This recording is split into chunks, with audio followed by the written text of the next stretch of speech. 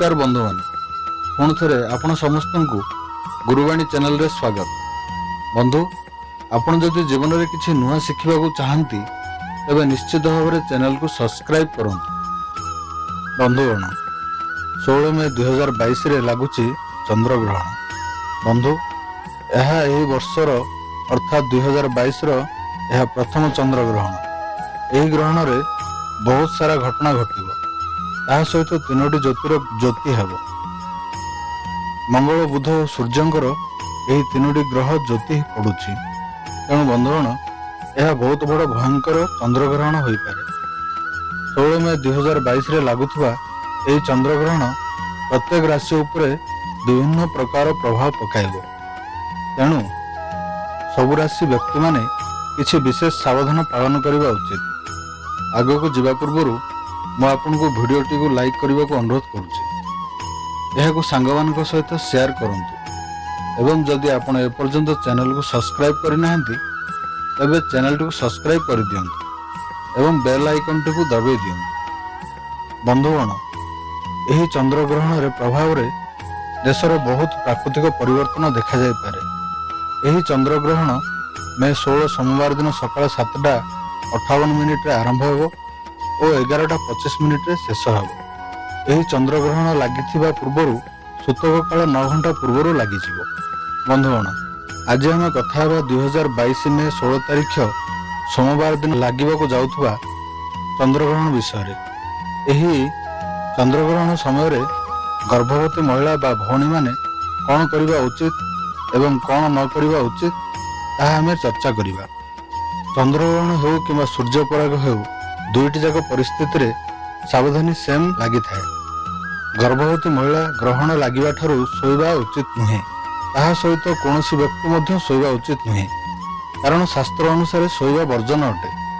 शास्त्र अनुसार ग्रहण समय जेकोसी गर्भवती भौणी या महिला शोइथिले तांकरी गर्भरे नकारात्मक शक्ति पड़ी थाए एवं यही जन्म पर शिशुर देहरे कौनसी स्थान रे किछि ना किछि चिन्ह देखा मिली थाए एवं तार जातक इफेक्ट निश्चित भाव में देखा मिली थाए।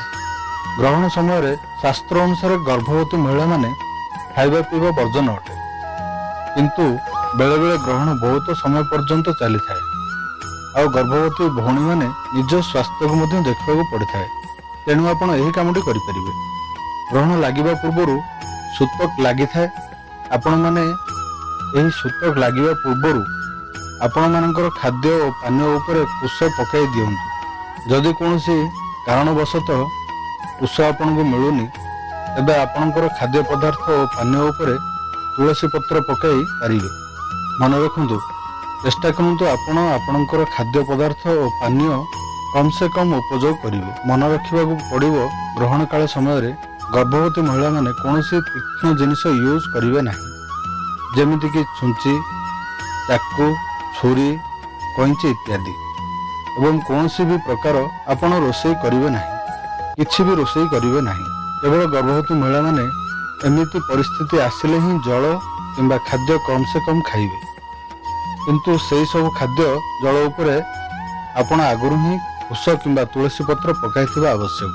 ग्रहण काल समय गर्भवती महिला माने खटरे न सोई खटरे किंबा चेयर रे बसी भगवान को चिंता करंतु, हनुमान चालीसा पाठ करंतु।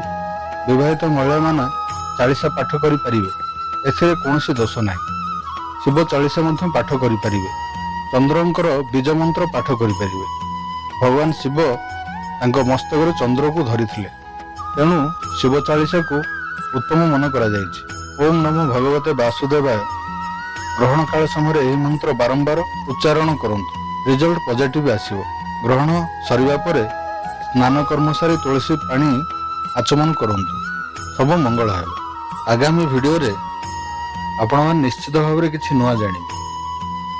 जदि आपण ए वीडियो को पसंद करंती तेबे दया करी वीडियोटी को लाइक करंतु, एहा को सांग मानक सहित शेयर करंतु एवं चैनल को सब्सक्राइब करंतु। ता सहित बेल आइकन को निश्चित भाव में दबाई दियो। आज पई एतिकी आज्ञा। परवर्ती वीडियो रे पुणी सुनिबा। मो वीडियो देखिथिबारु आपण मानकु धन्यवाद। जय श्री राम।